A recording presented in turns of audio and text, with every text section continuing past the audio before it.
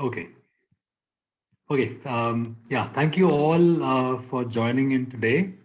This the 20th talk series. This webinar discussion has been organized by the Against the Climate Crisis, which is a autonomous, that is to say, it is a non-funded, non-party group of teachers across universities and research institutions in India and beyond.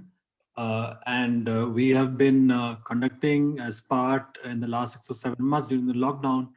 We've been conducting a series of talks on different facets of the climate crisis and also other work, which we will share later, a link to our website. Uh, and thank you once again, all of you, for joining in today. So in the domain of energy systems, there's been much discussion in recent years of a transition away from fossil fuels. In fact, one would say that there probably are multiple energy transitions away from fossil fuels that may be possible in different societies, depending on their own development and energy trajectories. However, notwithstanding the recent expansion of solar and wind, helped by falling prices, to what extent has fossil fuel use actually changed? I mean, after all, the use of fossil fuel needs to fall in absolute terms for carbon dioxide and greenhouse gas emissions to decline. But what are the systems in which fossil fuel consumption is embedded? In the interconnected domain of politics, there have also been variants of a Green New Deal presented over the last 8 or 9 years, of which again there's been much discussion in recent times, particularly in the context of the recent elections in the United States.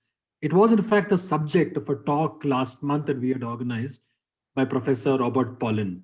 But what does the Green New Deal actually mean on paper and in practice? And what are the kind of transformations necessary to reduce fossil fuel use in absolute terms? To shed clarity on these really important ongoing transformations, we have today Professor Simon Pirani, uh, who is a senior research fellow at the Oxford Institute of Energy Studies in the UK, and he's also honorary professor at the University of Durham. He was he's author of a former book on the Russian Revolution and Retreat, but more relevant for today's conversation, he's the author of a superb book called Burning Up, A Global History of Fossil Fuel Consumption, which was published in 2018. He's also a lifelong activist in the labor movement in the UK and earlier worked as the editor of the UK Mine Workers newspaper. So I won't step much into his terrain, but this talk will assess the potential of various versions of the Green New Deal, whether in the US, the European Union, or internationally, to achieve the transformations necessary. He'll also consider the limitations of such proposals. So briefly about the structure of today's discussion before I pass it on to Simon. So he will speak for roughly up to 45 minutes or less, and after which we'll open it out for discussions and comments. So all of you are encouraged to type in your comments, your thoughts, or your questions to Simon into the chat box, and to which I'll put it to him and then he can respond. And in case any of you wish to ask him yourself directly, you can just mention that in the chat box as well, so go by order. And so then that question can be put, you could sort of ask him directly and he could respond. So once again, thank you, Simon, for agreeing to speak today. Thank you all for joining, and over to you, Simon. Thanks. So thank you, Nagraj, for that introduction, and thanks for the invitation. I suppose that at this time of this awful pandemic, one of the few good things has been that we've all got used to using this Zoom technology and other similar technologies, and it's actually in some ways improved our communication with each other and made meetings like this seem much more usual this year than in previous years. I desperately miss sitting in the university or in the community center at a political labor movement occasions or whatever, and interacting with real human beings. But there are some advantages, because without traveling all the way to India and using up a lot of fossil fuels, it's possible to speak to you here. So I'm going to use slides, and I'm now going to try and share my screen.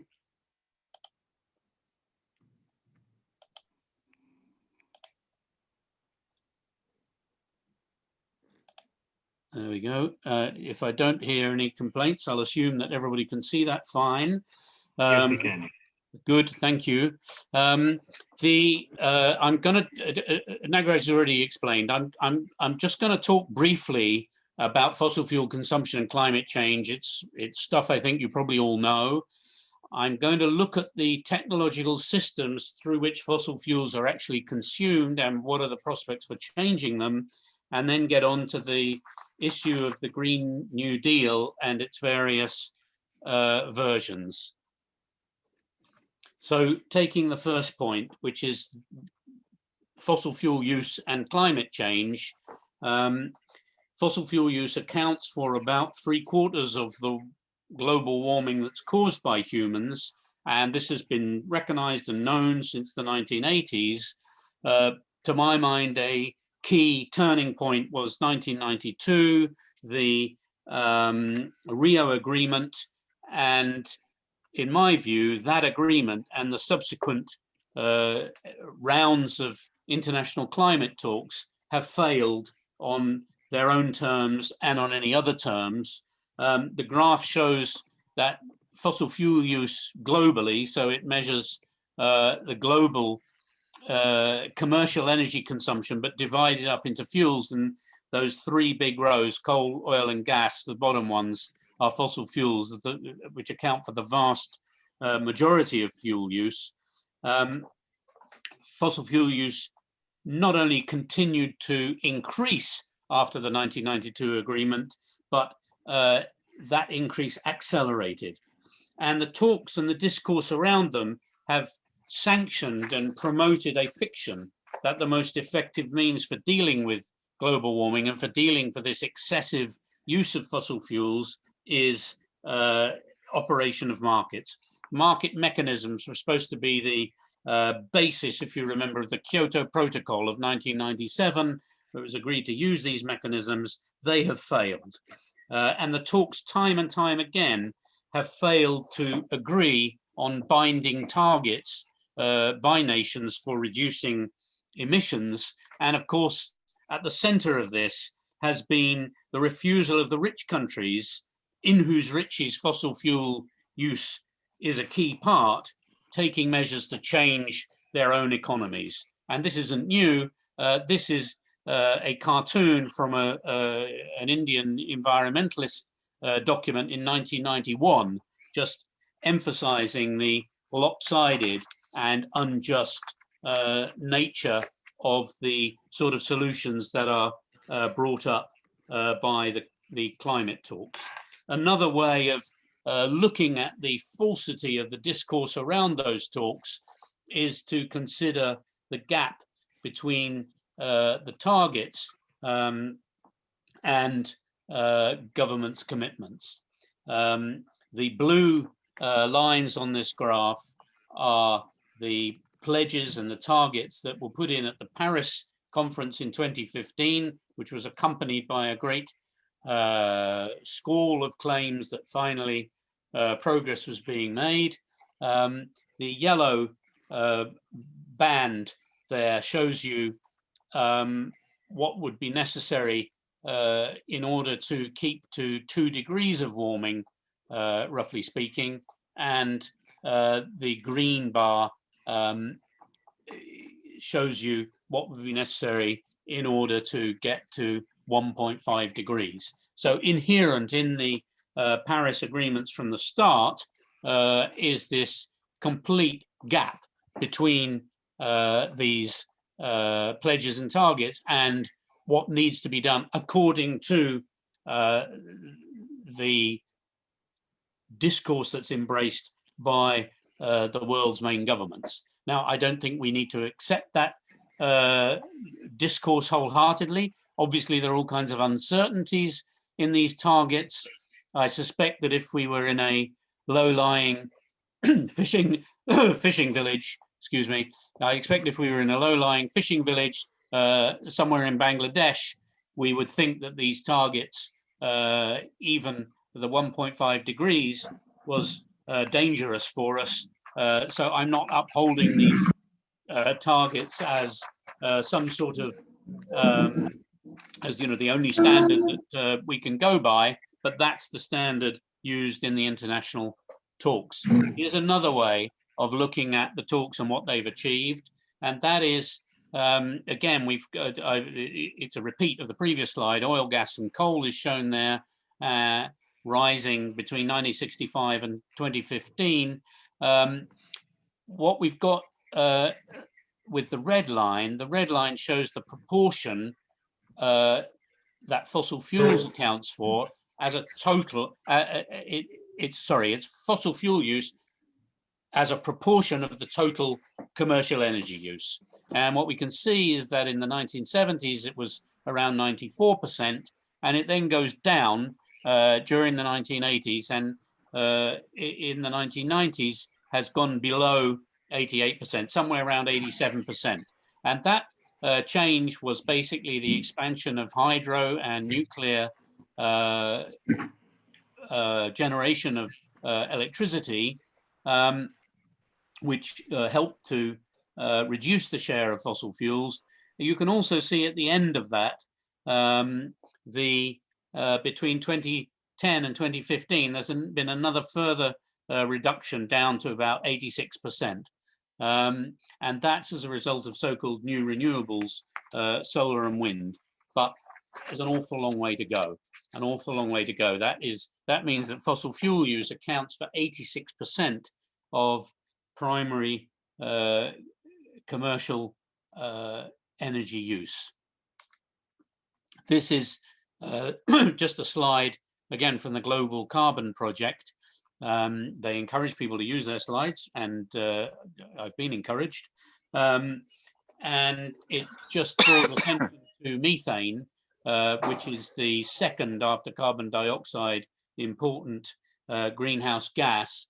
The important thing about methane is that it works a lot quicker, has a very, very much higher global warming potential. That is the effect of that methane in terms of enhancing the greenhouse effect is much more serious than carbon dioxide, but it also goes out of the atmosphere more quickly. But if you're dealing with short timescales, I'm talking about decades rather than centuries, methane is extremely important because of that high global warming potential. And the importance of that is that we hear a lot about replacing coal with gas as a means of addressing global warming, but gas is methane. And if any of it leaks out of your system or escapes into the atmosphere during the course of production, that is really not helpful. Okay, so moving on to the fossil fuel use and the way that fossil fuels are used.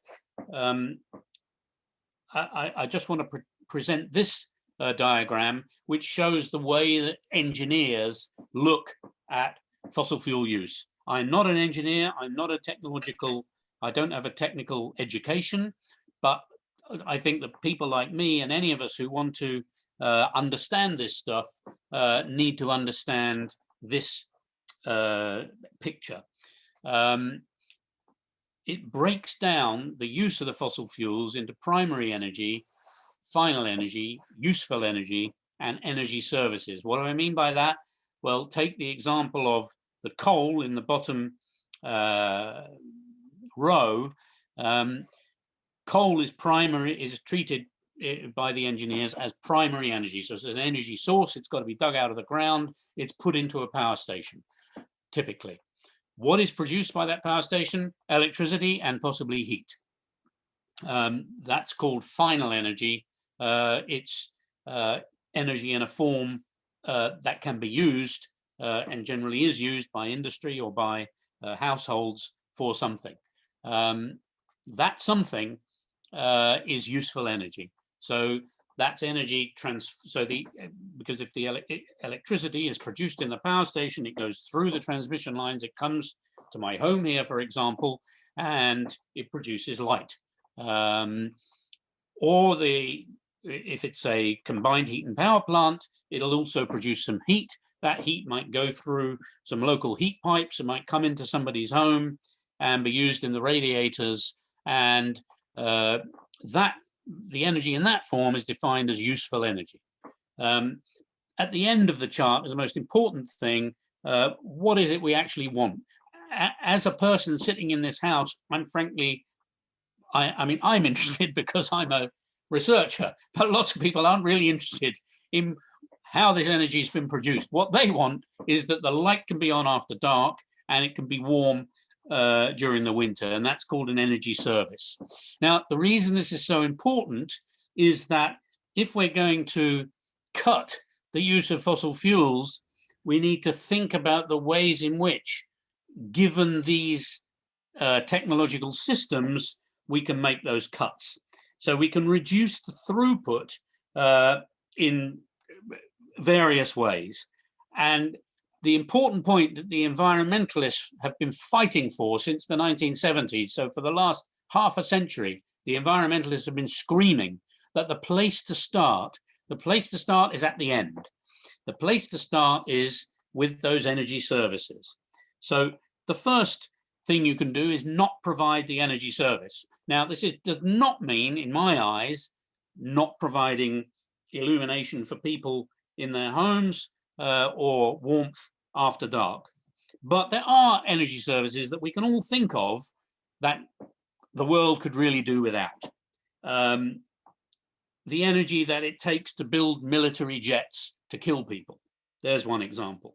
The energy it takes to fly those jets around the place, or the energy that it takes to produce plastic toys that are provided with fast food meals to children in the United States. Apparently, the plastic toys come into those branches of McDonald's at the rate of 69 per child per year in the United States. Clearly, some of that is really not necessary by any standards. So that's the first thing, is just not provide the energy service. The second thing is to alter the technological systems so that less of a particular energy service is needed. If, for example, somebody's home is being insulated, and this is a real thing that happens certainly in the UK in millions of homes, half the heat goes straight out of the house into the atmosphere because the houses are not properly insulated. So if you insulate the houses, you can heat that family's home with less energy. Architectural techniques, in fact, can completely cancel out the need for heating and cooling for millions and millions of homes all over the world, as any architect learns in their first year on an architecture course. The third thing you can do is provide the energy service with a different type of useful energy. So let's take a trip to the shops. Lots of people here in the first world, and I'm afraid in big cities in the developing world, it's also becoming a habit. If they want to go to the shops, they get into their car. But actually, that trip could be made by foot or by electric scooter. And if the shops are not near enough, cities could give some thought to redesigning where the layout to make those trips easier. Another example is nutrition for food. The industrial agriculture system is basically a system for turning fossil fuels into food. And that's the way that a lot of nutrition is provided. But if that nutrition was provided with locally grown vegetables rather than industrially produced meat from the other side of the world, the result is the same. I have a good lunch, and the amount of fossil fuels that's been used is infinitely less. Now, moving back up this row a bit towards the left-hand side, another thing you can do is provide the useful energy with more efficient systems. A big thing here is new types of electricity grids, new technologies, the sort of internet technology, which we all now have on our phones, can be used to control grids and drastically reduce the input that's needed for the same output. Steel making is another one that a bunch of academics at Cambridge wrote about in a great report, which I strongly recommend. And I'll remember the name of it in a minute and tell you in the discussion period. and they wrote about steel and aluminium production, and steel obviously requires an enormous amount of heat to produce, but there are technological tricks that can be played in the steelmaking industry to get more steel using a great deal less energy.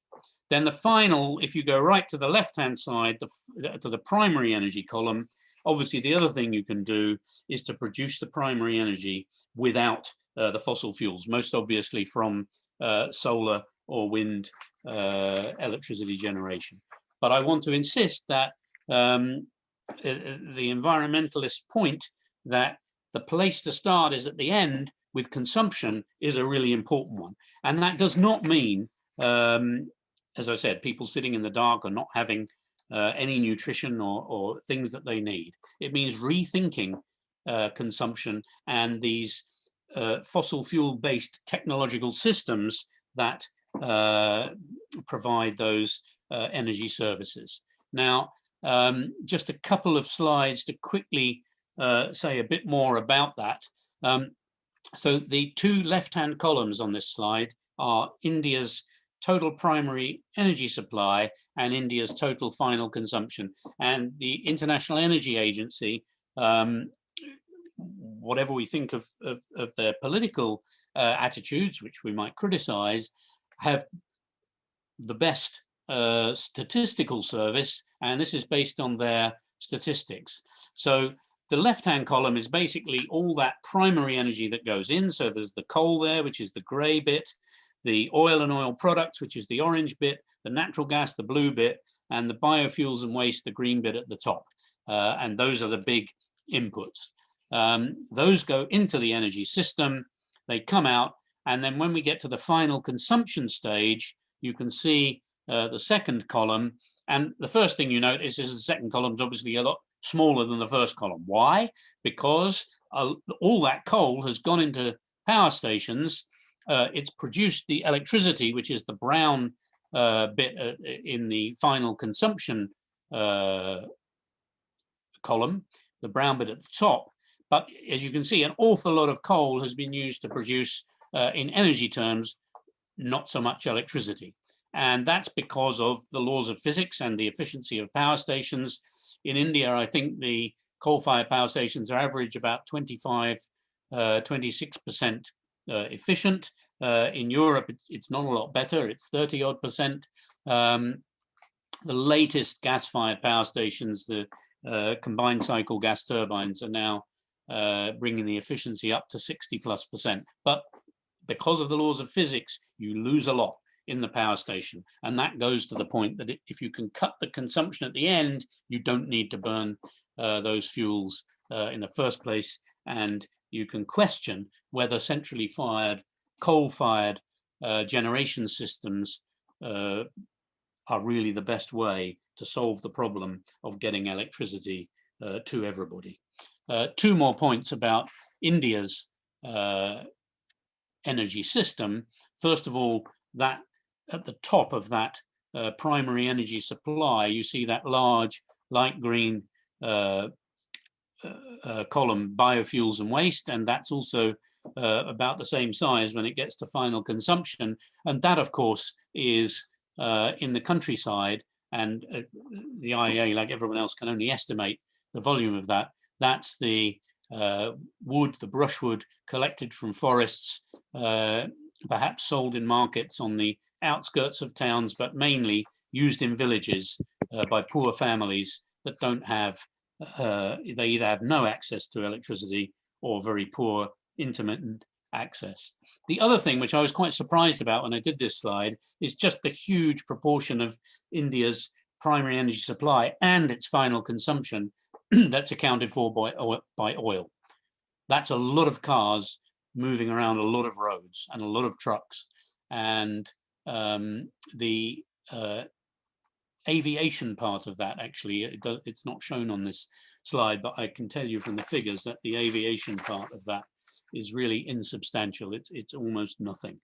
And so what's the energy used for at the point of use?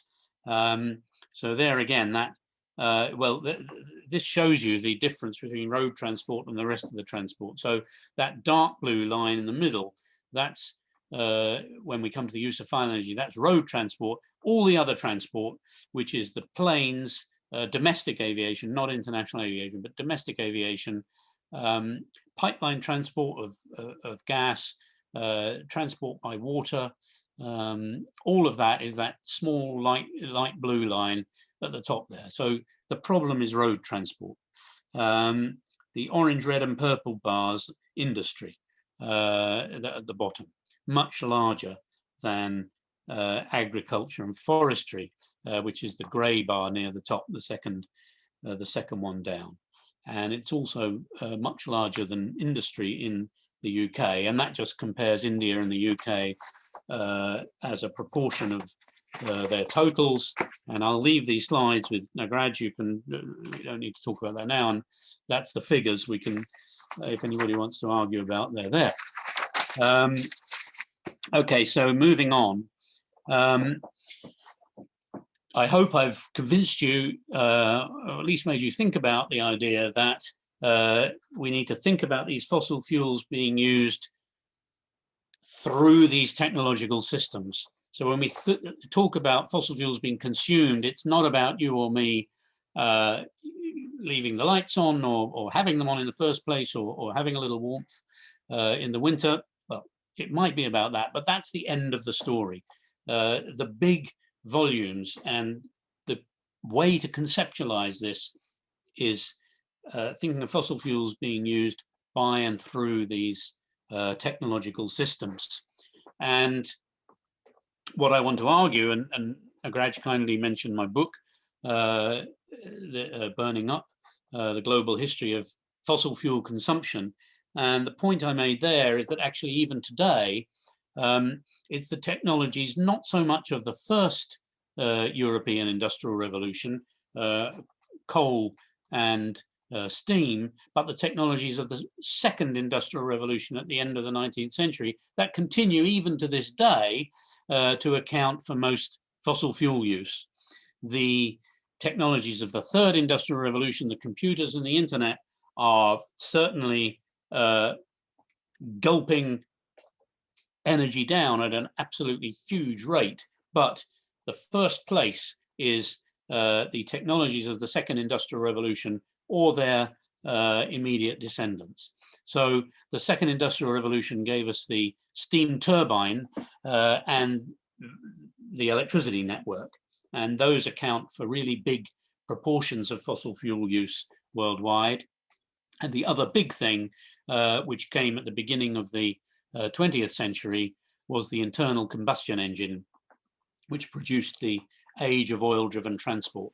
And as a byproduct of research into how to poison people during the First World War, the chemists came up with the fabrication of chemical fertilizers, and that during the 20th century underpinned the spread of industrial agriculture. And I think we need to think about these technological systems and how they've grown.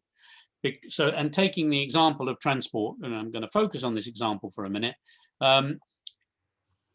it's obvious that the internal combustion engine was a great invention, really good for getting stuff from place to place, but it's equally obvious that there are plenty of ways of organizing a transportation system which don't involve the horrendous levels of car use and people sitting in traffic jams as they're doing here in these mobile metal armchairs to the extent that we've ended up with. So how do we get from that invention to where we are now with car use? Well, we got there because of social and economic factors, I want to argue. And these had to click in for motorized transport to become this incredible phenomenon that it became during the 20th century. Automated manufacture was a key. Henry Ford invented or put to use, along with others, and put to use the automated production line for the first time in the 1920s. And this technological advance enabled the car to become a mass-produced consumer good. perhaps the central consumer good in so-called consumer society. The car in the late 19th century was very much a luxury good, and only very rich people in the first world could be seen driving cars. But Henry Ford and the other car magnates of the early 20th century turned it into a consumer good with mass production techniques. And then they used their political lobbying power in the United States to drive other forms of transport off the road, specifically the trolley bus systems and tram systems in the United States were bought up and bankrupted by the big car corporations. The rail system was also came under consistent attack for transport between cities. And in the post-war period, you probably all know about the Marshall Plan, which was the money that the United States put into Europe for reconstruction after the Second World War. What you may not know, which I didn't before I started doing this research, 4 times as much money as was spent on reconstruction in Europe was spent on building the highway system in the United States, which really torpedoed a perfectly good rail transport system.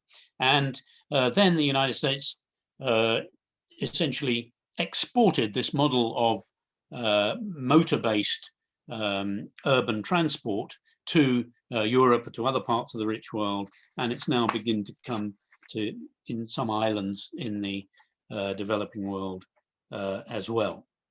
In the 1980s, when the authorities in the States tried to start to insist on fuel efficiency regulations, a fraction of what is actually possible according to the engineers, the car makers responded by convincing millions of Americans to drive around in SUVs, special sports utility vehicles, which are obviously bigger, heavier, and are not classified under the American regulations as cars, and so got round that problem. So you had the spread of suburbia, which was a big part of the social settlement between the rich country governments and their populations after the First World War, that families could live in separated homes in comfort, and then typically dad would drive to work in his car from those relatively comfortable homes. And this was ruinous from a fuel efficiency, from a climate change point of view. Now, I've told that story about road transport, and I could have told it about any one of a number of the big technological systems that use and have used fossil fuels. So we've talked about the urban transport system, the urban built environments. For decades, buildings have been built in a way which leaks heat. And that's because that's the economically logical thing to do for the property developers. Industrial systems wolf down fossil fuels because they're relatively cheap, instead of finding more energy efficient ways of doing whatever it is they're trying to do. So we could go through all the systems, but we can't because there's not time. My conclusion from this is that the center of any transition away from fossil fuels needs to be the transformation of, and in some cases, the dismantling of these technological systems. Now, there are papers by mainstream academics who accept the whole framework of the IPCC process, who say this, although they to some extent steer clear of some of the political implications. Very good paper, for example, the lead authors, Grubler and Wilson, which says that the Paris targets could be met without any negative emissions technologies, simply by doing what I've been talking about, starting at the end, starting with the consumption side and moving up the chain. They say that incumbents will resist. Well, that's an understatement. In my view, we need to expand out and to certainly take research like that into account, but to acknowledge that the most effective way of getting to fossil-free urban transport systems, for example, is to change not only the transport system, but change the way that we live and work. So that we're not just talking about a few unnecessary journeys, but we're questioning, why do people get into their cars in the first place to go to those jobs? What are those jobs doing? And how can the economy be directed, the whole economy, towards meeting human need and not towards reinforcing the profit and power of economic elites? And I think in my view, it's only once you start asking those sort of questions that you can realize the full potential of reducing eventually to zero the fossil fuel throughput through these technological systems. And you cannot separate out the discussion of those technological systems from the discussion of the economic system in which they're embedded, in which they feed a self-destructive economic expansion. Now, obviously, some of what I've just said overlaps to some extent with so-called degrowth scholars. To my mind, destroying that profit motive and destroying that self-destructive economic expansion means going towards post-capitalism and some form of socialist society. That, to my mind, is the most convincing way to deal with this problem. How that can be achieved is difficult, and that brings us to the issue of the Green New Deal, the final part of this. And as Nagraj said in the introduction, there's the Green New Deal on paper, and lots of people have put their ideas about it on paper, and there's the Green New Deal in practice. So on paper, I understand that Professor Pollin came and spoke to you, so just looking at his version of the Green New Deal, because there are different versions, and I've just focused on a particular article he's written, Degrowth versus a Green New Deal, which appeared in the New Left Review. And he argues that people will still need to consume energy when this Green New Deal is implemented. And I think that gets off to a methodologically wrong start, because, as I've said, it's not people that consume energy. It's much more accurate to say that it's technological systems that consume that energy. And I think another problem with this approach is that it doesn't challenge the idea that energy is a commodity supplying individual consumers. And I think that idea of energy as a commodity also obscures what's really going on with those technological, social, and economic systems. And when Pollin writes about decoupling the energy system from the economy, he writes about it in such a way that I don't think gets to grips with the scale of the transformation that's needed. And he actually says, well, this decoupling's been done in 21 countries, but of course there are 21 rich countries, USA, Germany, UK, Spain, Sweden, and others. And the way they've decoupled is by exporting their manufacturing capacity largely to China, but to other developing countries too. And that global aspect is something we need to confront. Pollin writes about the need for a big investment program, for carbon taxes. I don't think carbon taxes are impossible, but I don't think they're very likely either on the scale that's necessary. I think the whole process will be much messier, and I think we will make progress by struggle and by society fighting against the discourse that the Paris Agreement and the leading governments are attempting to impose upon us. Pollin's article also talks about, he says, well, of course, it would be legitimate to insist that the US and the other rich countries are required to bring down their per capita carbon dioxide emissions. And to my mind, this is a bit politically naive. Who's going to require them, and how does that work in political terms? There's going to have to be conflict, and as I said, I think that conflict is going to be messier and less easy to sum up than is being suggested here. And I'll underline that point by talking about how the Green New Deal has worked out in practice. We had, and I'll just talk quickly about the UK and Europe. The UK, the Labour Party turned what originally was entitled the Green New Deal into something called the Green Industrial Revolution. That was in their manifesto.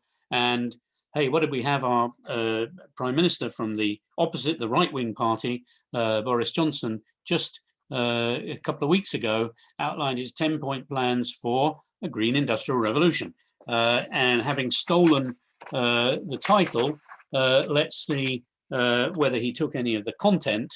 And the answer, surprise, surprise, is that the strongest part of Labour's plan, which is a big programme for retrofitting homes precisely to stop that requirement for heat, which goes straight out the window again, has been effectively thrown out.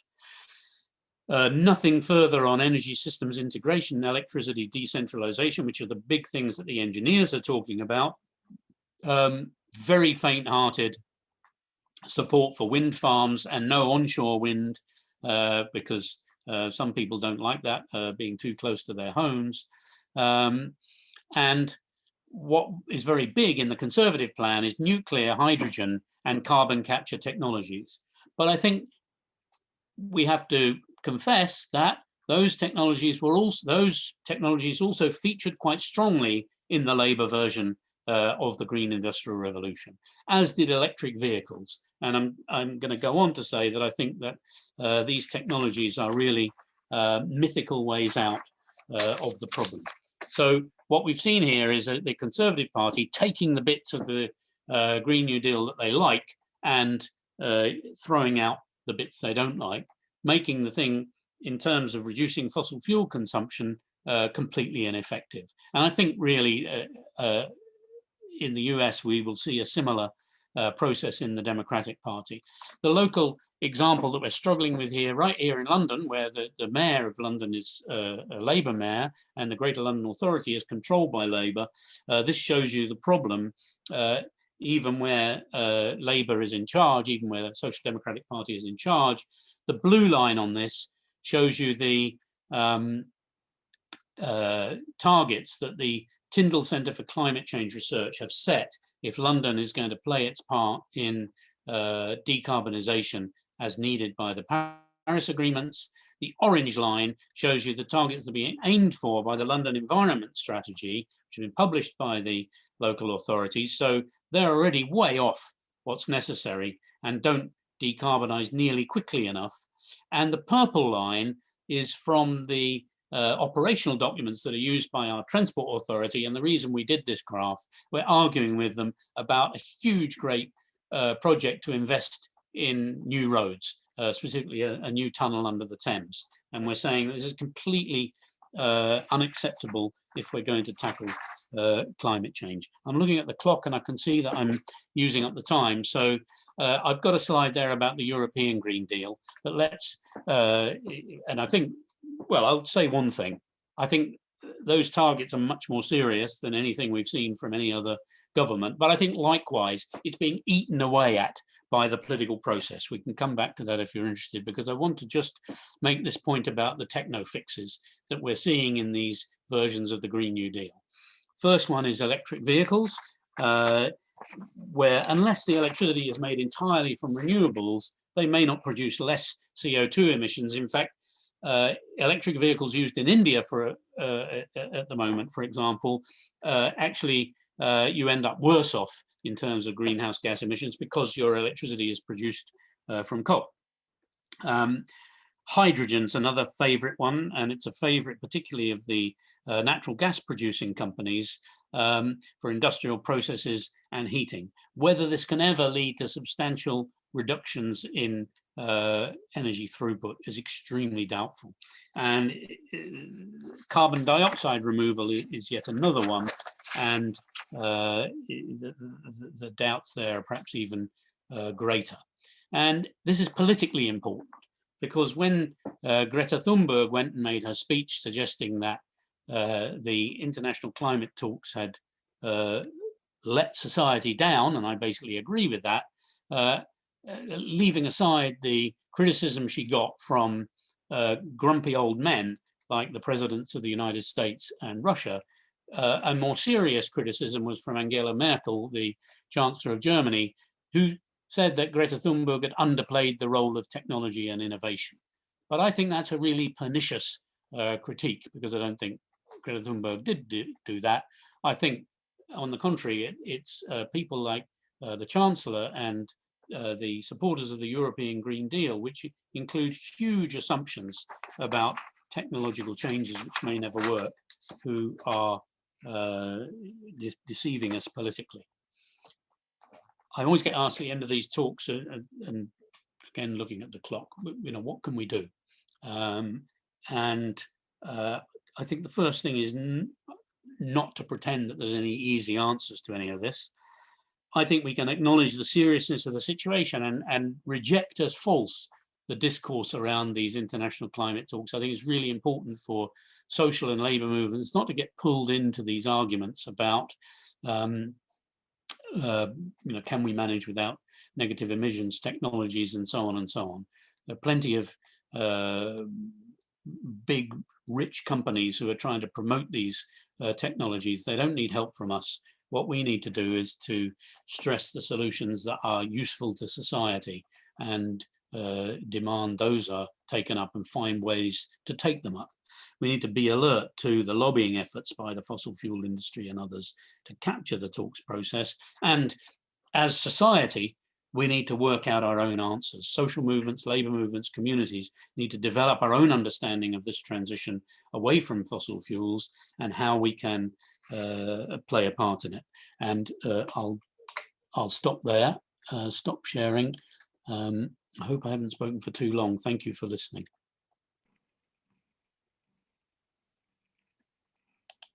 Thanks a lot, Michael. That was Simon. That was a sort of vast and extremely enriching presentation. I think I'm going to wait for you to.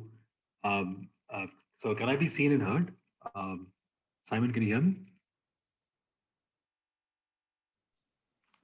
Yep, I can hear. Yeah. All right. So, yeah. So, before I we're just going to sort of now move to the discussion and the questions. I myself have a couple of observations which I'll sort of put later down in the list. One pertaining to natural gas, and secondly, something pertaining to sort of Russia, Ukraine, and sort of gas use in Europe, which actually was something that we also at some point was wondering whether you'd ready to talk about. But I'll get to that later. We'll now move to the questions in the chat box. And once again, I'd request everybody to key in their questions, comments, and observations in the chat box. And in case you wish to speak and ask directly, please just mention that and you can do so. So you can ask Simon directly. So Simon, we've got sort of questions just beginning to come in. There's a question from Rajeshwari Raina, who says, thank you very much for highlighting the much needed decoupling between prevalent energy technological regime and society. Her question is, how can we subvert the political power that green has today, given that green seems to ensure more opportunities for some people and countries to make more money? Well, thank you very much for that question. I think that I want to answer in a very practical way. I think that we need to fight on the terrain of these particular proposals and projects. So to give you an example of what I mean by that, in the UK here, we have oil production in the North Sea, and many in the labour movement, many people in the labour movement and in many environmentalists have been arguing for some time that oil production has to be run down. And the Scottish government has finally done a consultation about this, and a small NGO called Platform London, who monitor the work of the oil companies, have actually done a survey of oil and gas workers and asked them what they think. And I don't know if anybody here has ever worked in the oil industry, but working on an oil rig stuck out in the middle of the sea for 2 weeks and then going home for a week and then going back for 2 weeks, this is not fun. It's probably not as bad as working in a coal mine, but it's not something you would do by choice. You would do it if that was a big industry in the place where you live. And if that was a place where you could get employment. What the survey of these workers showed, and it was the first time anybody had actually asked them for all the years of people waffling on about the future of the North Sea, the majority, about 80% of these workers said they would be absolutely happy to retrain and work in another industry if that was offered. And the majority of those, and out of the 20%, most of those asked why they wouldn't transfer, said because they were too close to retirement, there wouldn't be any sense. The majority of those people who said they would transfer said that they would be quite happy to transfer to work in the wind industry. So the brilliant thing about this survey was that it showed that the whole argument that the oil industry has to be continued for the sake of the workers is a nonsense, and that the workers themselves are quite ready to shift if society as a whole is ready to shift. So that's one example. On the technologies, I can give you another concrete example from the north of England, in an area near the North Sea. The oil companies have been sponsoring research into the possibility of turning the grid, which brings natural gas to people's homes, which is quite widespread in the UK, over to hydrogen. And they say hydrogen is going to be green, there's no carbon in it, and so on and so on. We take the carbon out and we put the carbon into the old oil fields, the old reservoirs underground in the North Sea. There's no evidence that they can make this work at any meaningful way economically, but the government has immediately latched onto this, and instead of doing the retrofitting, which was what local government's been proposing for many years, to simply reduce the amount of fuel that's got to be spent in the first place to provide heat for people's homes, they've got all enthusiastic about this hydrogen idea. And the local trade unionists in Leeds in Yorkshire, Trade Union Council, have launched a campaign to say we don't want hydrogen for this purpose. They're not saying no hydrogen ever anywhere. They're saying we don't want hydrogen for heating homes. We want heat pumps, electric heat pumps with renewably produced electricity, which the engineers say is the best way to go. And we want the insulation that's reducing the amount of heat in the first place. So they've not been afraid to tread into the area of the technology, and of course affiliated to the trade unions are many people who work as engineers and understand the heat pumps and understand the insulation, people out of the building industry and so on, who've contributed to the work that they're doing, and you can find that they've put some stuff on the internet, and I strongly recommend it. But I'm quoting that as an example. I'm sure you will have examples from India which are similar. But I think we need to engage with these arguments about technology and take a stand on these technologies that are used by governments and companies to promote these solutions, in quotes, that are not really solutions. Right. Simon, the next two questions are both political nature, so I'll club them together as you have suggested. Praveen Gupta asks, how important is it to rein in banks? One moment, it sort of goes up and down. How important is it to rein in banks, asset managers, and insurers to ensure the desired transition? And Anish Vinayak asks, you mentioned the significance of the labor movement. Given your own experience with unions, particularly with mine workers, are there any lessons in how to approach the matter, particularly in settings where the current understanding of some of these questions within the labor movement may not be where we might like it to be?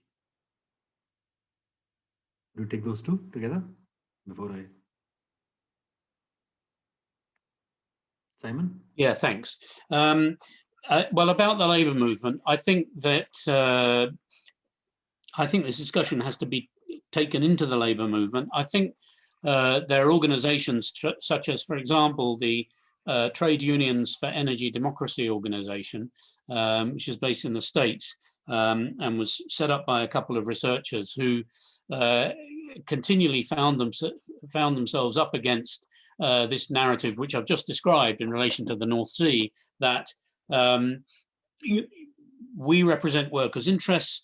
Workers are industrial workers. They work in these fossil fuel intensive industries, and therefore we've got to somehow defend these industries in order to promote workers' interests. And of course, well, the person who's taken that narrative to the extreme was Donald Trump, who claimed that his opposition to the climate accords and his reason for taking the US out of the Paris Accord was, at least in part, to defend jobs in the mining areas of the US. Well, of course, the logic is completely nonsensical.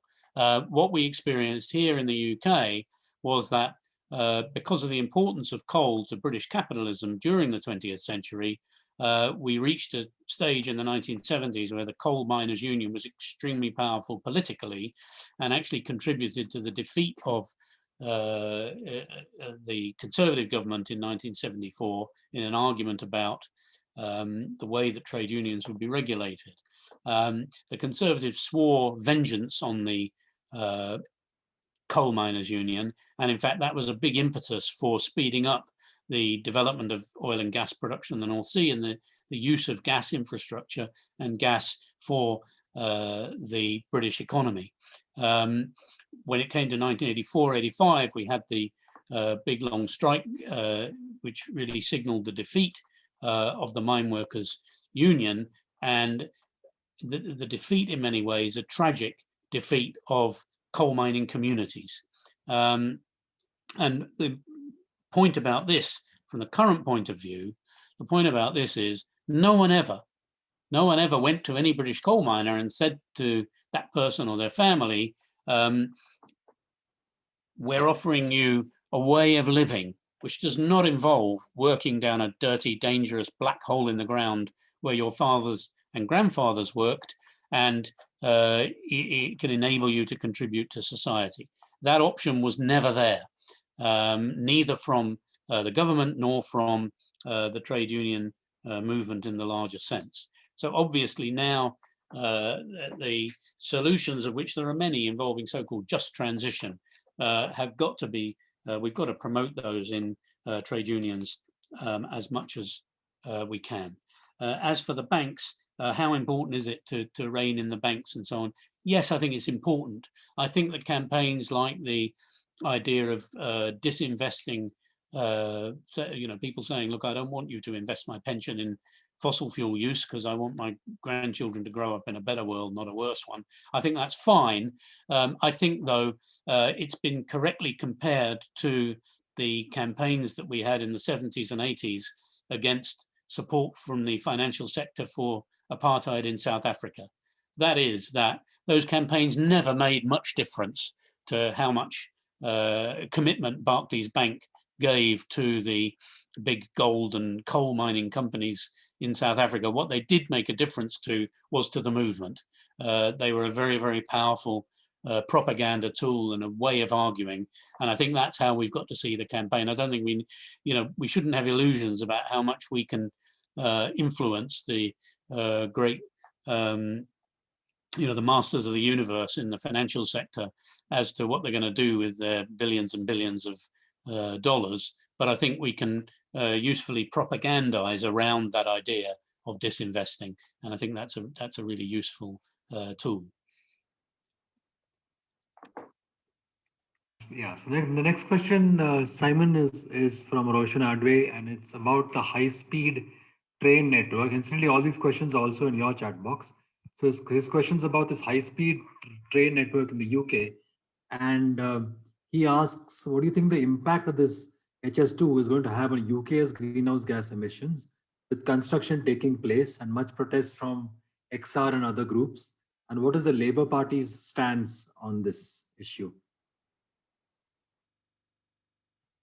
Yeah, I think this particular expansion of the train network will make almost no difference whatever. It could even, I mean, some people in XR are saying, and if they've done the research, I'll take their word for it, that by the time you've built this this high-speed rail network, it's going to make things worse. All it does is to cut the journey times along the.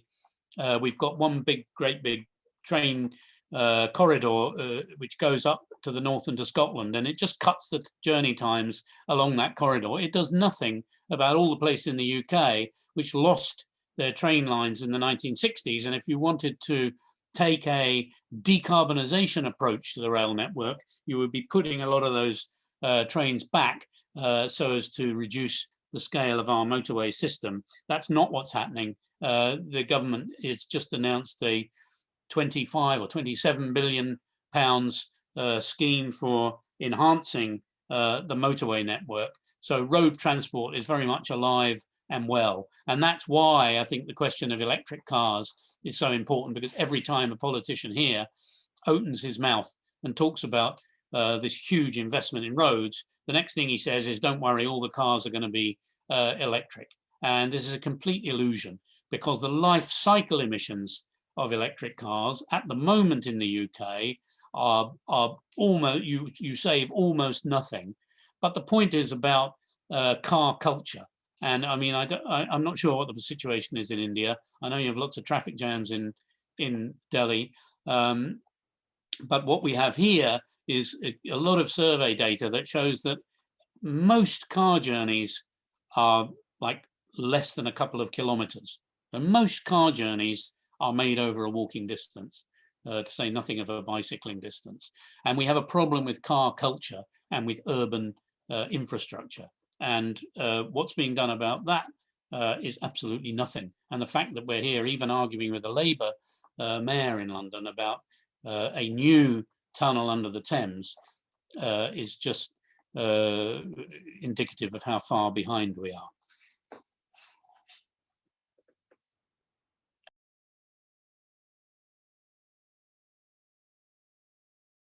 You're muted, Nagraj.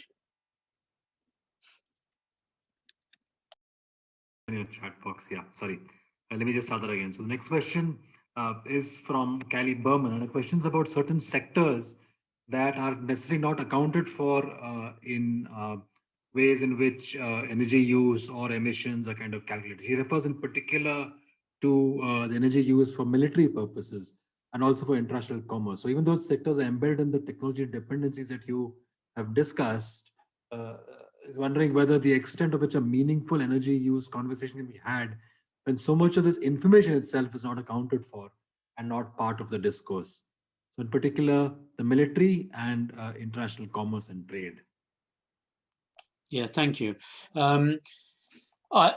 This is one of the things that has made me, I mean, if you'd asked me 40 odd years ago, I would have been very sure about the possibilities for overthrowing capitalism in our lifetimes. And I'm a bit older now, and I'm not so sure. But it is issues like this that brings me back to the point that when I say the best way of tackling these problems is through, very wide-ranging and deep-going social transformations, which don't really fit under the heading of Green New Deal. I mean, this is what I mean. When people sometimes ask me, is there a way of solving these problems under capitalism? And although I really do think the way to post-capitalist society is more complex and difficult than I thought 40 years ago, I really don't see how these problems can be solved under capitalism. And the military use of fossil fuels is an excellent example. There's one country in the world that actually tells us from its defense ministry how much fuels it's using, and that's the United States, ironically, and they use an awful lot. So the United States Department of Defense energy balance is greater than the energy balance of Nigeria, right, which is the most populous country in Africa. So what the United States Department of Defense uses in energy terms and it's all fossil fuels, apart from a few percent, what it uses is more than the entire population, industry and everything of Nigeria. It's really a lot.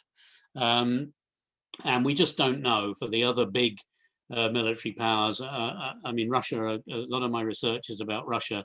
When you ask people, who are energy specialists, can you come up with a rough estimate? I mean, they say, oh, we don't even dare to ask. It's a state secret. And the IEA figures, the IEA accepts the figures from national statistics agencies without the military included. So almost everywhere takes the invitation and doesn't include the military. So we don't even have the numbers. I think the other hard, typically when we talk about the hard to decarbonize sectors, I mean, the other things we're talking about are steel making, cement making, of course, is a big contributor to global warming, industrial processes. That research at Cambridge that I still can't remember the name of, but I'll send it to Nagraj. That they not only did academic papers, but they did a book for popular consumption by those of us who don't understand all the engineering issues. A brilliant book, and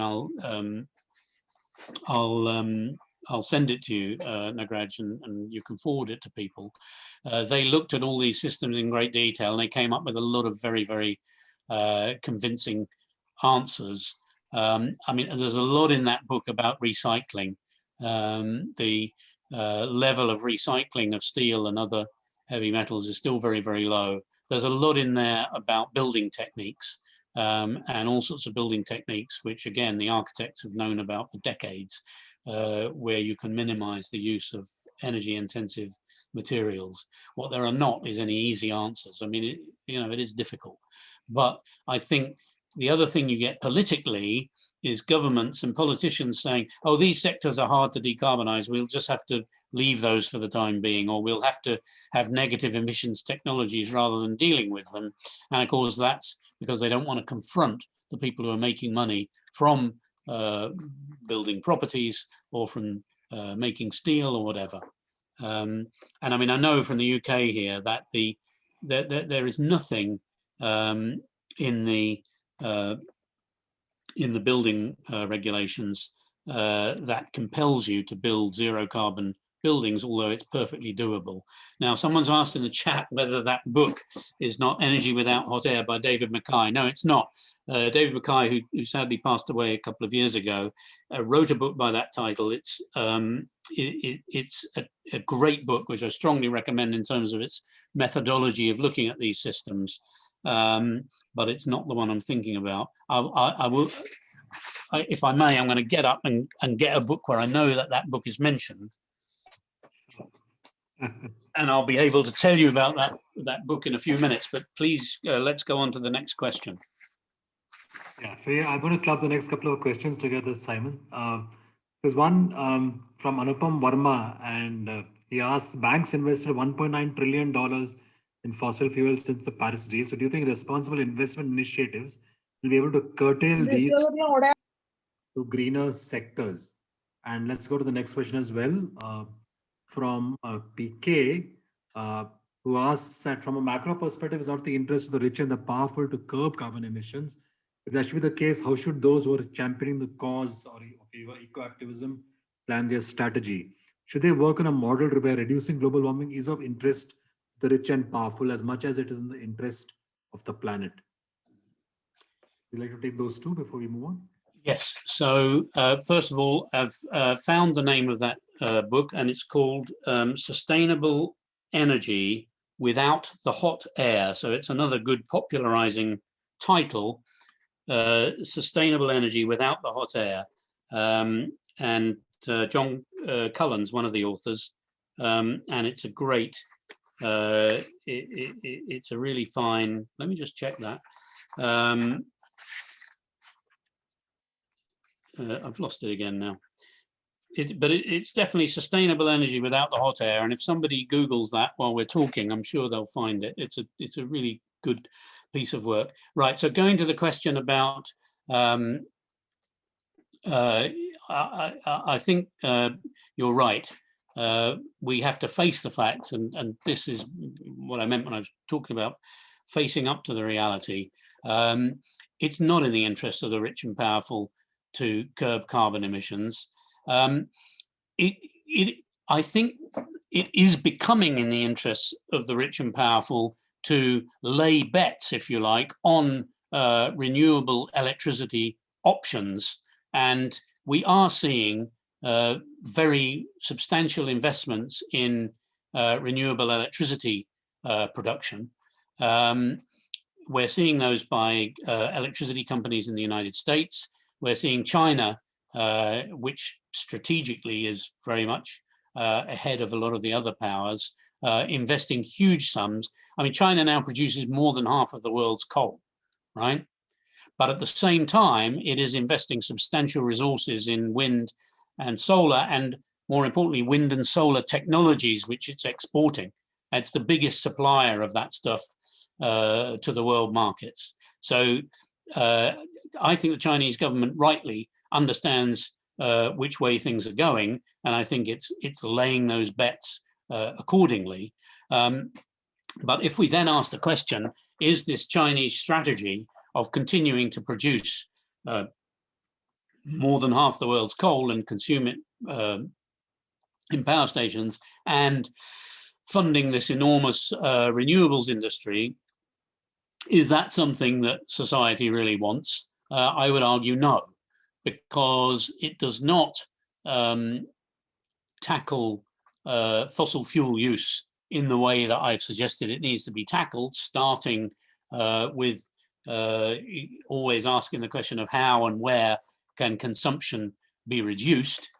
It starts by it starts at the other end. It starts at the end of the primary energy provision, and it says, which is true, that even with the market as it is, renewables can provide part of that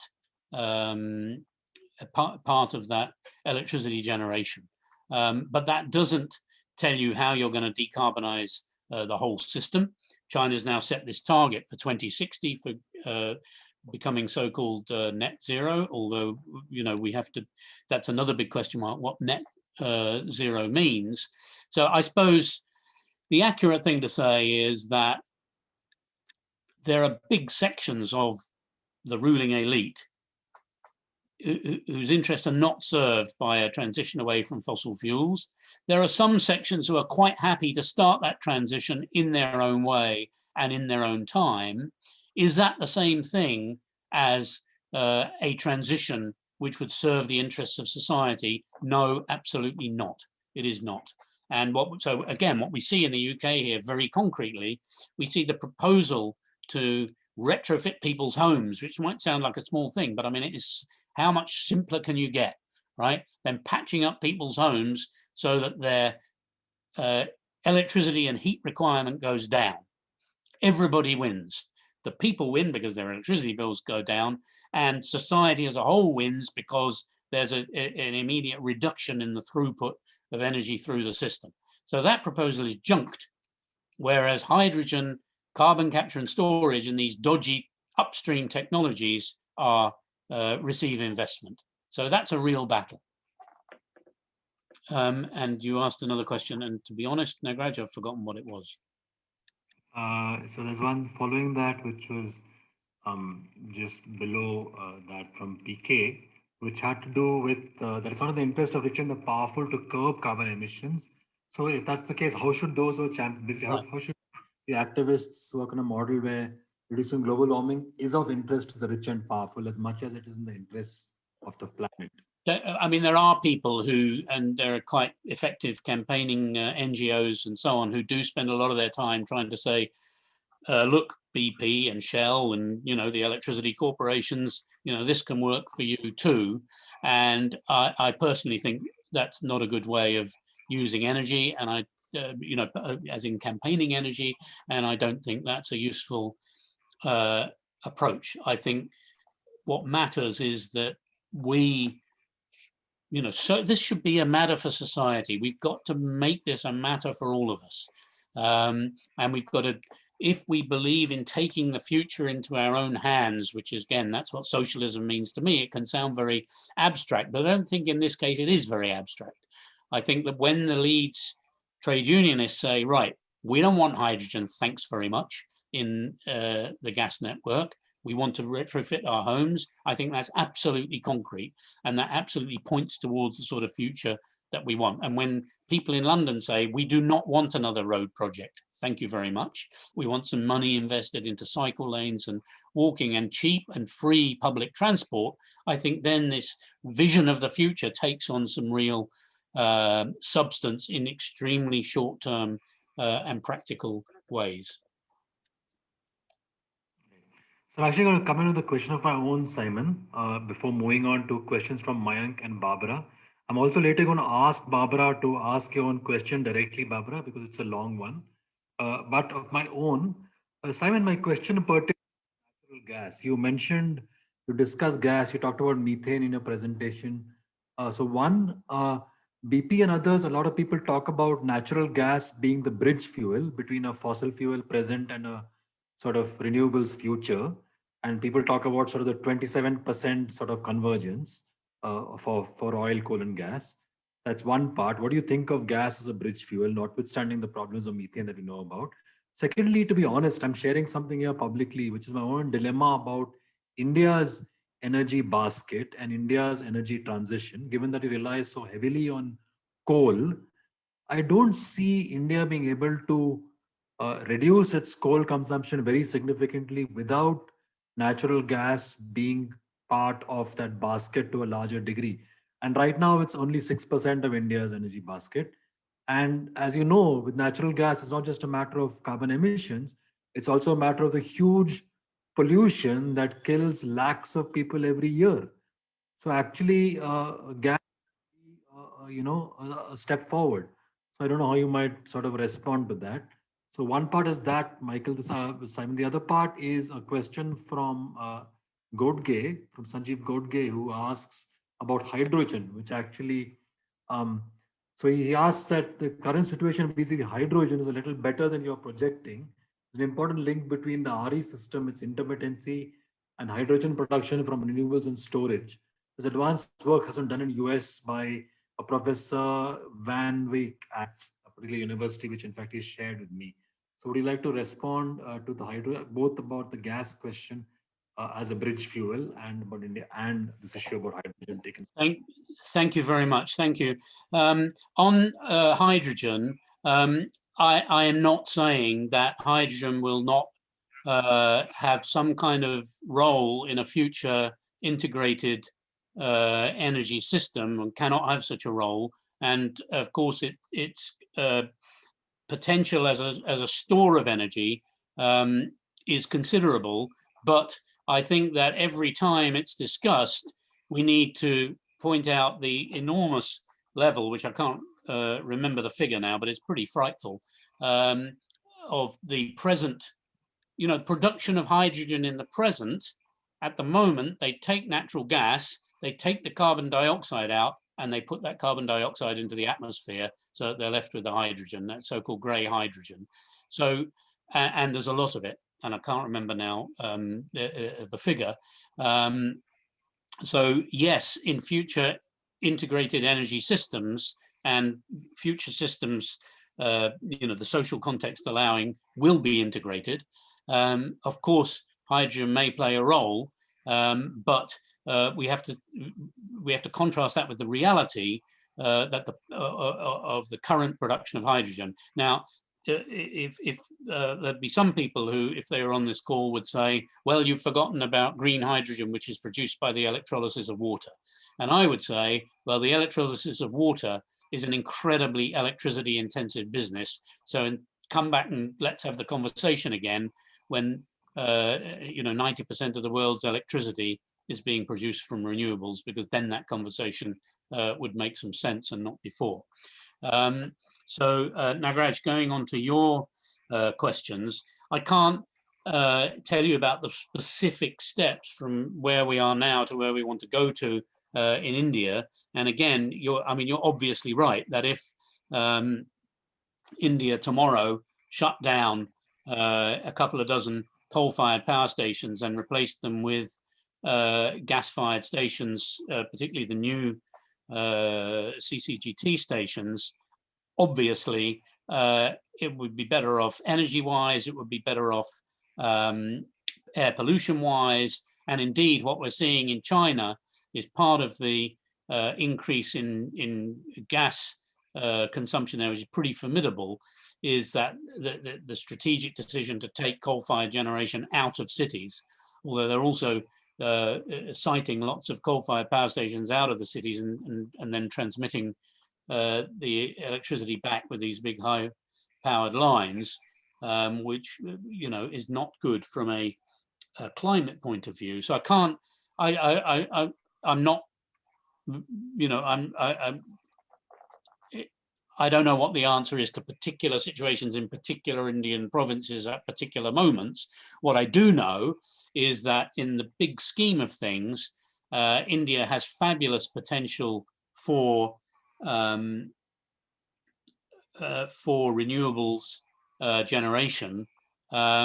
Even, the one time I've visited India, the taxi driver who kindly took my wife and I, we had a long journey to make, and the only realistic way we could do it was in the taxi, and we passed by the guy's village, and he kindly took us to his village and showed us the small-scale solar generation, which seems to be like everywhere, and according to him, is sprouting up all over the place. This was on the outskirts of Delhi, and I think that that's a massively important potential. Of course, I'm sure you're all much more aware than I am, and I've read about this, the downsides of these projects where somebody gets some money from one of the international institutions or from some government-supported scheme, and then it's put in the hands of a private company, and then they come to a village and put solar panels on people's roofs, and then they go away again, and when the people ring up because it's broken, they can't get hold of them, or the company's gone out of business, or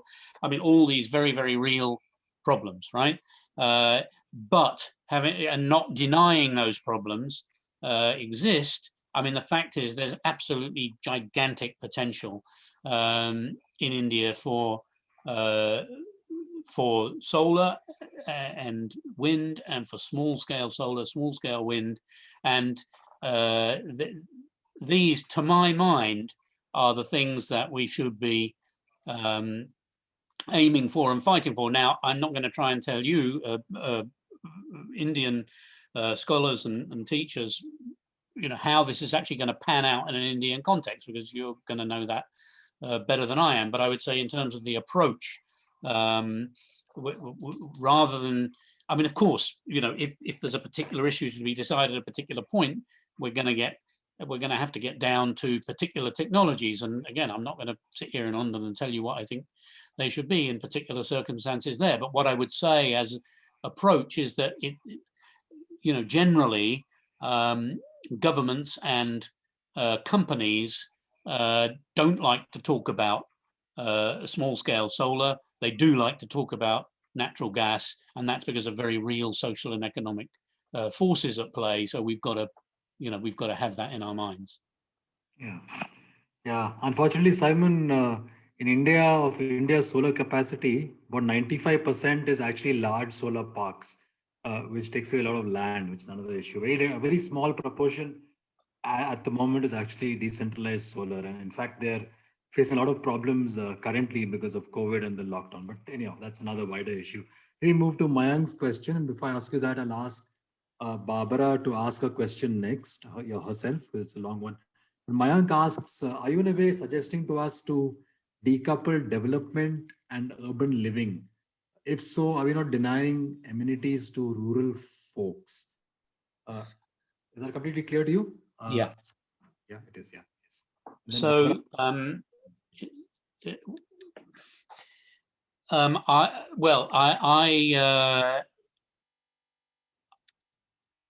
it's a good question, and I've got to think about how to answer it.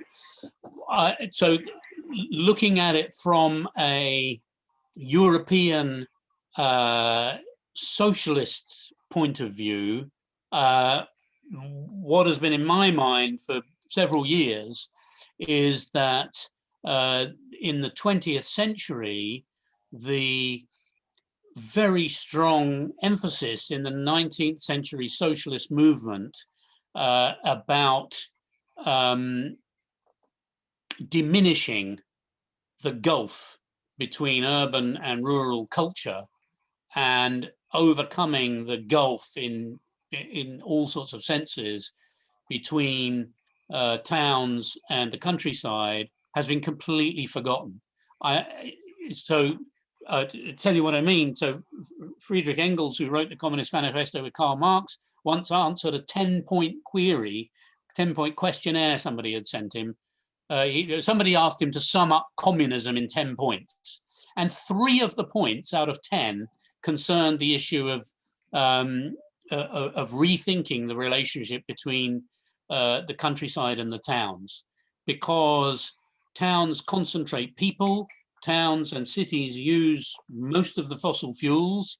Towns and cities mean that people live even more isolated and alienated from their natural surroundings than before. They then become, they rely on these technological systems I've been talking about to provide their needs. And those technological systems are controlled by companies and governments.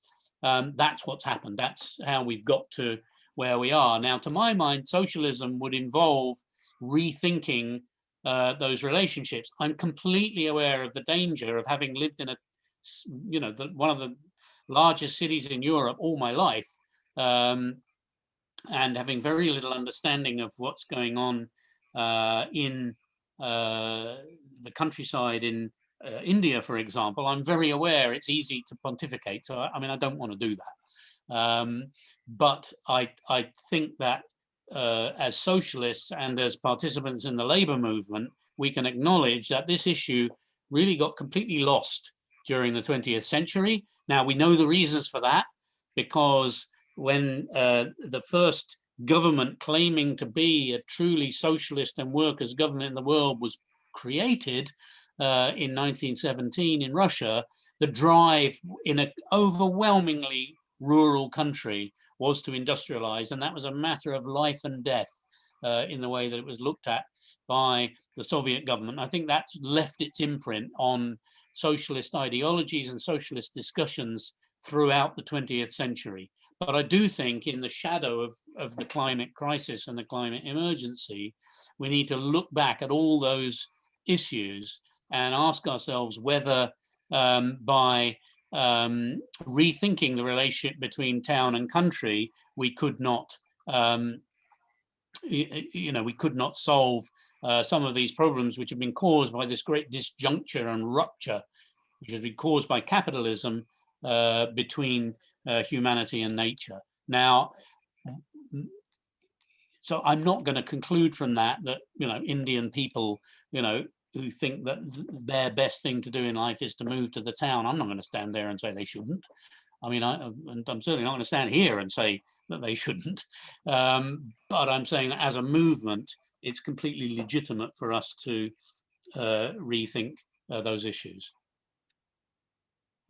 Thank you, Simon. May I now ask Barbara? Barbara, could you come in and ask a question yourself, since it's a long one? Hello, everyone. Hello, Simon. Thank you very much.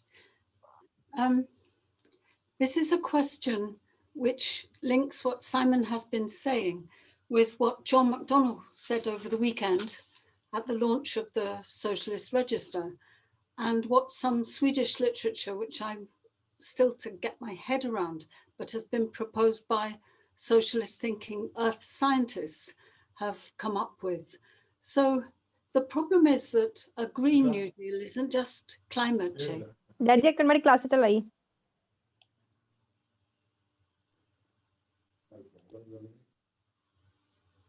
Hello? Hello? Nagraj, Barbara, please continue. There was some.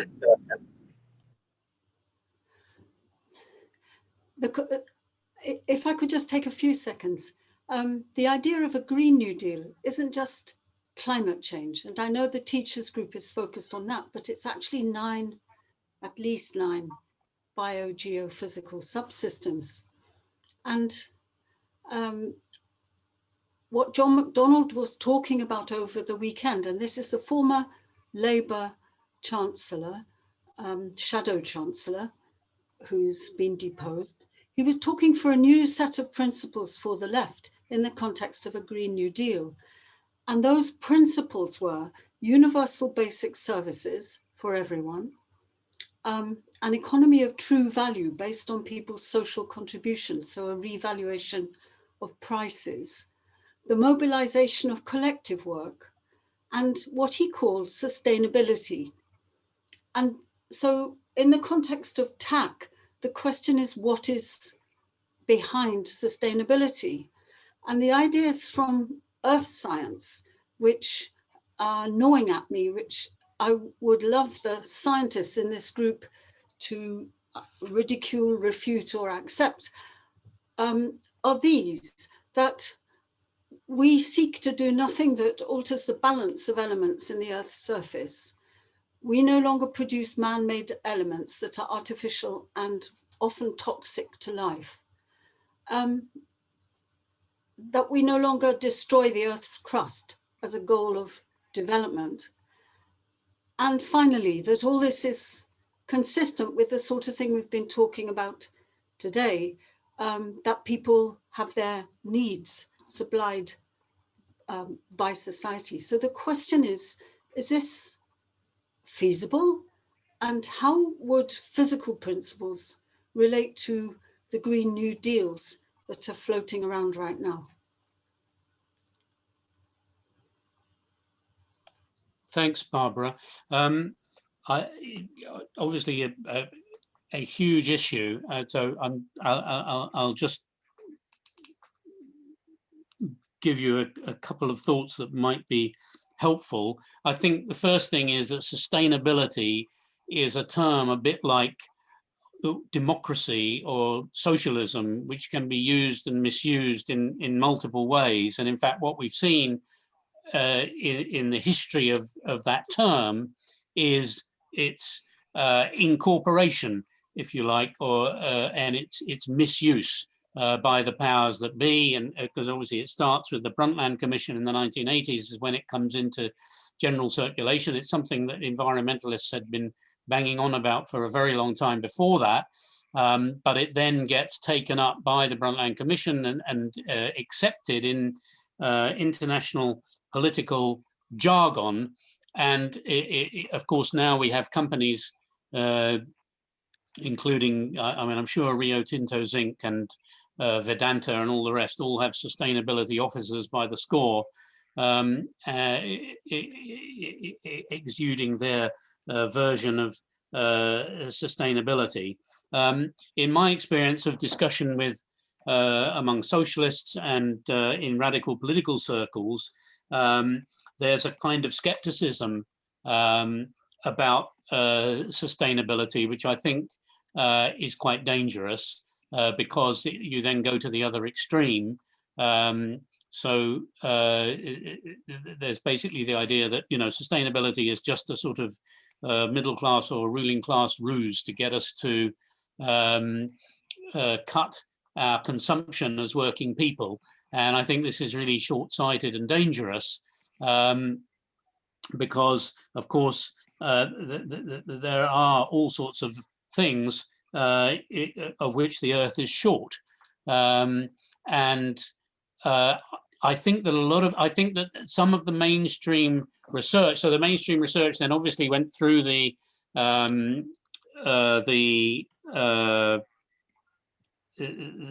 a book which came in the 70s, which I've now forgotten the name of, and there's a second book I've forgotten the name of on this Zoom call. It's very, very worrying, but it was the book by Ehrlich and others.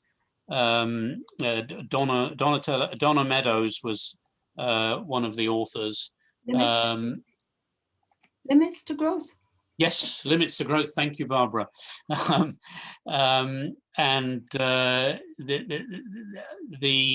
think the methods that they used there have been shown to be very wooden and mistaken, and I mean, partly because they took as given the consumption at the end of these technological systems, which I was speaking about earlier. So I think a lot of problems with that research, but nevertheless, it is true that there are a number of. I think that there's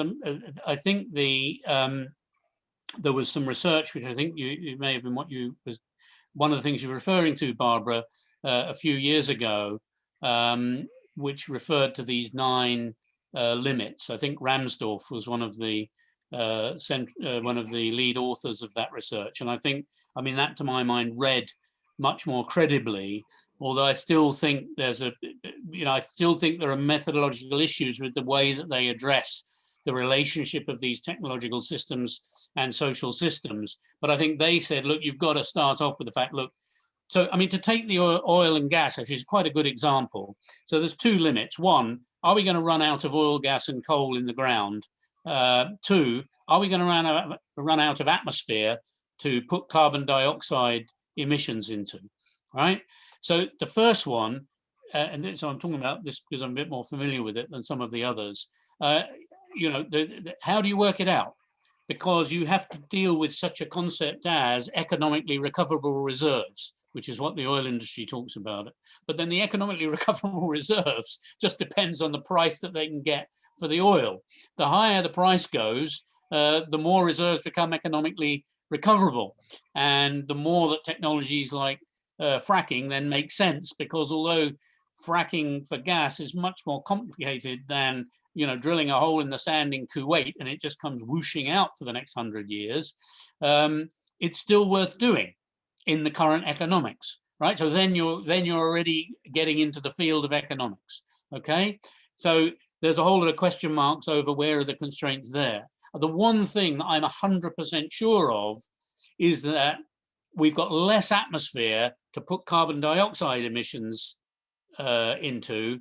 That we're going to run, or I'll rephrase it, we're going to run out of atmosphere to put carbon dioxide emissions into before we run out of coal, oil and gas that could theoretically, under certain economic conditions, be recovered from the ground, right? So I then think you'd have to go around, I mean, another, and I think we know the other ones that we're getting close to, and which again are difficult to measure. I mean, biodiversity strikes me as one of the real, it's very easy to get depressed reading about this stuff, and reading about biodiversity is a good way to get depressed. And it's partly because it's so difficult to measure. And you hear these horrendous figures of the number of species that are dying out. And of course, the timescales there are quite different from the timescales for some of these other limits. Then there are very immediate limits like fresh water, which I think is already a huge issue for tens, if not hundreds of millions of people in the world. And again, how do you measure? If one community somewhere just can't get their water, is that because of an absolute shortage, or is it, as Amartya Sen has told us all so many times, that there's always enough food, it's not in the right place for the people who need to eat it. So how these things all relate to each other is something I'm still struggling with.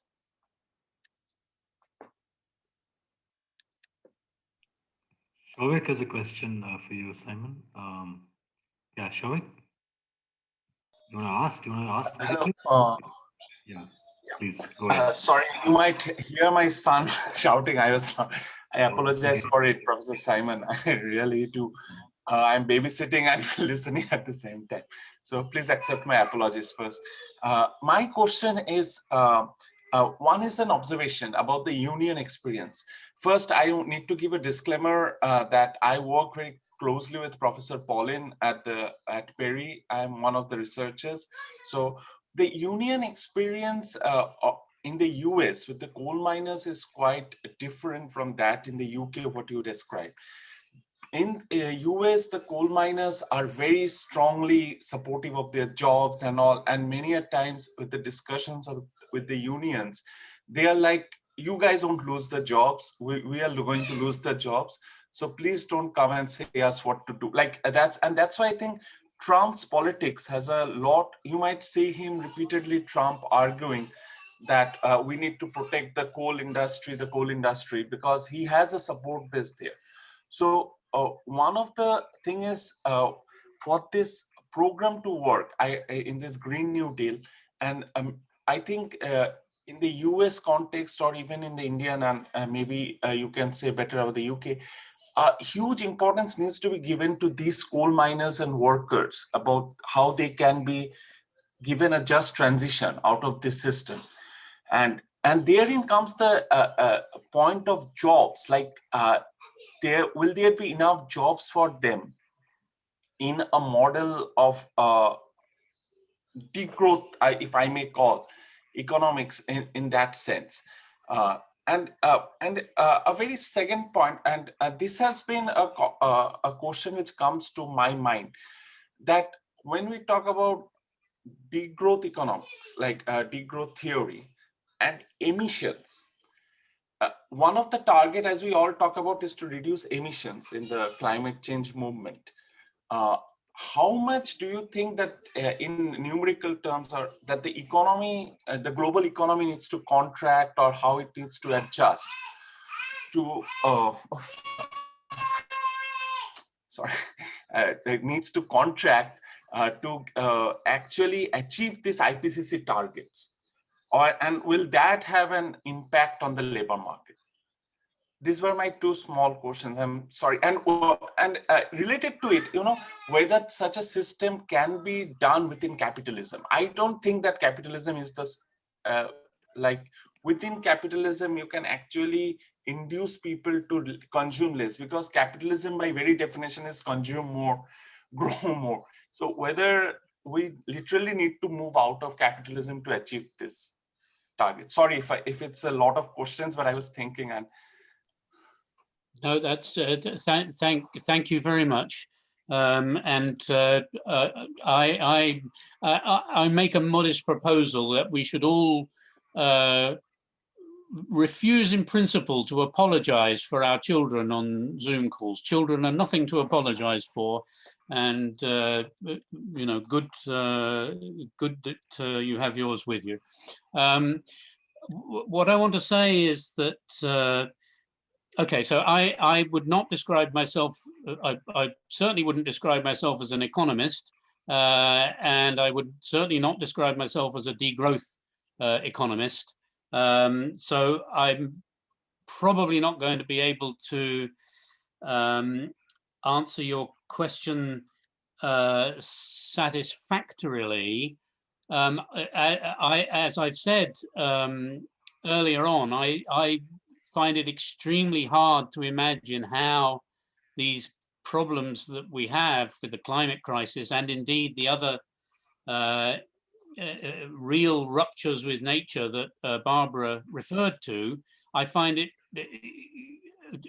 I can't imagine how these problems can be addressed under capitalism, because I think if the best shot that we've seen in proposing how to address them is precisely things like the Global Green New Deal, which I think is the title of the book that Pauline and Chomsky did together with, I can't remember the guy who was interviewing them. This assumes that we're going to have, strong socially democratic minded governments in a number of the large economies all coming and working together at the same time. And, I don't buy that. I mean, I think it's just as credible that, which is my kind of vision of the immediate future, that we're going to have, bitter struggles in different countries.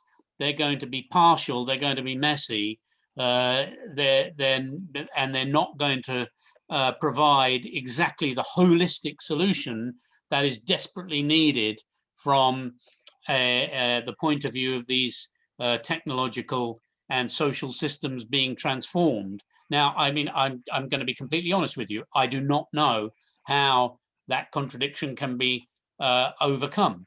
I would say that I think it's just as likely that there is some sort of movement towards post-capitalism, which to me means that's how you break the link, to my mind, between production and human need and the satisfaction of human need and the elevation of culture, the advance of humanity in all the ways that we want and hope for. And I think there's actually a danger in doing, which is basically what Pollen does. I think there's a danger in trying to quantify, well, we're going to need this amount of consumption. You said, capitalism absolutely wants consumption. I agree with you, but I think we're treading on very dangerous ground and treading, if you like, on the enemy's ground if we start trying to quantify, well, what is that consumption? I mean, look, in the first world here, what I can tell you for sure, a lot of this material consumption is because people live unhappy lives, right? They live unhappy lives, and the whole logic of capitalism then, compensates for that with, I don't know, widescreen televisions or, huge cars or whatever. And implicit in this is this kind of myth, which is very common in rich world populations, that that happiness equals having a bigger car or a widescreen TV or whatever. Now, I think that for the intellectual and political and spiritual health, if you like, of society, we need to break that link. And I'll tell you another story to try to explain better what I mean. There was a protest movement here in the 90s and the early 2000s called Climate Camp. And they used to go every year and they would camp, at a power station or a particularly obnoxious and horrible road project. And they would have a camp during the summer. And one year they had one just near to my home in London. Which was just over the river from the big financial centre at Canary Wharf. And I went down and participated in this. They had like 1,000 young people in this tent. And one of the questions put was, can climate change be tackled under capitalism? And they had a panel. And one of the people on the panel was David Harvey, not the big famous geographer David Harvey, but another David Harvey we have here in Leeds, who teaches, I can't remember what he teaches, but he's a lefty academic. And he was on the panel, and this guy got up and said, haven't we got to start by telling everybody they've got to have less? And the guy was very aggressively, he really was a kind of degrowth environmentalist. And David's response was great. He said, look, I'm not going to go to China and tell those people, those billion people, they've got to have less. I'm going to tell them they've got to have more. And there was a sort of audible intake of breath and sense of shock among all these young people, many of whom were, very serious environmentalists, and they'd spent a week, camping out and gluing themselves to the doors of banks and taking all kinds of protest actions. David said, I'm going to tell them they've got to have more. He said, but more of what? And I think that's a really very good way of summing up what it is we're trying to say. He said, I'm going to tell them not that they should have more of sitting in traffic jams like we do in London in our big cars. That's not what we want more of. And he gave some other examples. And I think that really gets to the essence of the problem. That, look, what we're talking about is socialism, to my mind, post-capitalist society, whatever you want to call it, where we can go above and beyond these things that capitalism offers us, which, if I used words like meager or pitiful, of course it doesn't look meager and pitiful to drive around in your big car compared to the way that workers in London lived in the 19th century. But man, from a kind of, as soon as you widen the perspective a little bit and thinking about the possibilities that humanity has created for itself with the technologies and everything at our disposal with, we're sitting here chatting like it's the most normal thing in the world. You guys are in India, I'm in London. I mean, it's just incredible. And And, you know, if we can't widen our perspective a bit and realize that just, you know, mobile metal armchairs are pretty kind of meager and pitiful, then I don't see that we're getting to a thing that I would call socialism. And I think that point of view has been difficult to put across in the labor movement as I've experienced it, because I can see why the miners in Virginia, just like the miners here in the 1970s and 80s, identified their future with jobs. Because if you've lived, if you've experienced unemployment, or your father or grandfather's generation has experienced unemployment in a mining village, you don't want to go back to that. Oh no. And you're going to fight to your last breath not to go back to that. And I mean, I'm not going to stand in your way. On the contrary, we were all out in the 1980s supporting the miners, and I don't regret a moment of that at all. But as I said before, I mean, nobody opened in front of them a perspective where there was a job that could be done which didn't involve going down a black hole in the ground. So it seems to me that, you know, that's another way of summing up socialism, is by saying we're going to find creative and meaningful things that people are going to do, which don't involve going down dirty, dangerous black holes in the ground in order to earn money, and don't involve sitting in traffic jams in mobile metal armchairs. And I mean, if we, you know, surely we can elevate our optimistic perspectives for my grandchildren's generation to that height. I think we can. I think that's a really rich response and rich discussion, Simon. Thank you so much.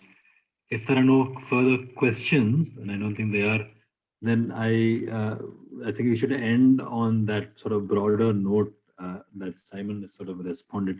There's actually so much more, Simon, to discuss and talk about, and I wish we had more time. Hopefully at some point we might have a more informal discussion about some of these themes, including the aspects of the movement, how trade unions are responding to the energy transition, because here too the unions are sort of beginning to grapple with the question. It includes the coal sector unions. There's a lot else that I think sort of we could talk about, yeah, including one of your areas of specialization, which is the natural gas markets. I mean, there's so much to talk about there too. Yeah, and hopefully we'll have another opportunity for such an interaction. Okay. And I also like to point out this blog site by Gabriel Levy called People in Nature, which actually has a lot of these issues covered. It also had a response to the question about hydrogen that came up more recently, which I had shared on the teachers group. I'll post those links again. And once again, Simon, thank you very much for it. Can I just say, Nagraj, thank you very much. And I just wanted to say that when you talked about continuing discussion, you've got my email. Please do share it with others who've been here, and we can continue on email as necessary. I will, certainly. I certainly will. Yeah. Thank you. Thanks very much, Simon. Yeah, really. Okay. Thank you once again, all of you, for joining in. I posted the link to our website on the chat box, and also that our next talk is on the 21st of December by Professor Miles Allen. This may actually also interest you, Simon. Miles Allen is speaking next. He'll be speaking on net zero and on the IPCC special report, the 1.5 degrees report. I'll send you the link when we organize that link and the invite, etc. Yeah. So thank you very much. Thanks, Simon, once again. And thank you all. Okay. Bye.